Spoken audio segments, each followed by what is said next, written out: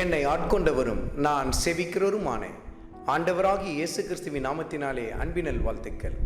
கிறிஸ்தேசுக்குள் மிகவும் பிரியமான அன்பு சகோதர சகோதரிகளே, சங்கீதத்தின் புத்தகத்தில் 147வது அதிகாரத்தில் 9வது வசனத்தில் அவர் மிருக ஜீவன்களுக்கும் கூப்பிடுகிற காக்கை குஞ்சுகளுக்கும் ஆகாரம் கொடுக்கிறார். நம் ஆண்டவர் இயேசு கிறிஸ்து எவ்வளவு அருமையானவர் பாருங்கள்.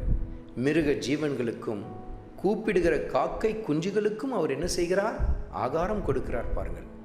காக்கை குஞ்சுகளுக்கு கூட அவர் இரக்கம் பாராட்டுகிறதை கர்த்தருடைய ஆவியானவர் சுட்டி காட்டுகிறார் பாருங்கள்.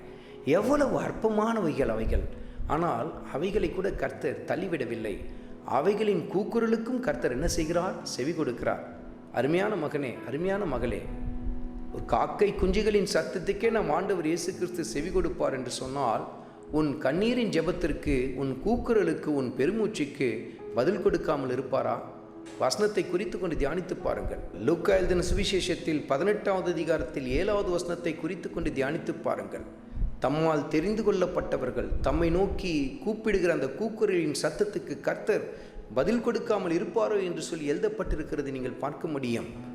நிச்சயமாய் அவர்களுக்கு பதில் கொடுப்பார், நிச்சயமாய் அவர்களுக்கு நியாயம் செய்வார் என்று சொல்லி கர்த்தருடைய ஆவியானவர் சுட்டி காட்டுகிறார். தன்னால் தெரிந்து கொள்ளப்பட்டவர்கள் தன்னை நோக்கி கூப்பிடுகிற அந்த சத்தத்துக்கு கர்த்தர் நிச்சயமாய் பதில் கொடுக்கிறார் பாருங்கள். கூப்பிடுகிற காக்கை குஞ்சுகளுக்கே அவர் பதில் கொடுக்கிறார் என்று சொன்னால், அருமையான மகனே, அருமையான மகளே, உனக்கு அவர் பதில் கொடுக்காமல் போய்விடுவாரா? நிச்சயமாய் உனக்கு பதில் கொடுப்பார். உன் ஜெபங்களுக்கு கர்த்தர் நிச்சயமாய் ஏற்ற வேளையிலே தன் சித்தத்தின்படி பதில் கொடுப்பார். ஆண்டவராகிய இயேசு கிறிஸ்து ஜெபத்தை கேட்கிறவராய் இருக்கிறார். அவரை தொடர்ந்து பற்றி கொள்ளுங்கள், தொடர்ந்து அவரை நோக்கி கூப்பிடுங்கள். நிச்சயமாய் கர்த்தர் உங்களுக்கு பதில் கொடுப்பார். ஆண்டவராகிய இயேசு கிறிஸ்துவின் கிருபை உங்கள் அனைவரோடும் கூட இருப்பதாக. ஆமென்.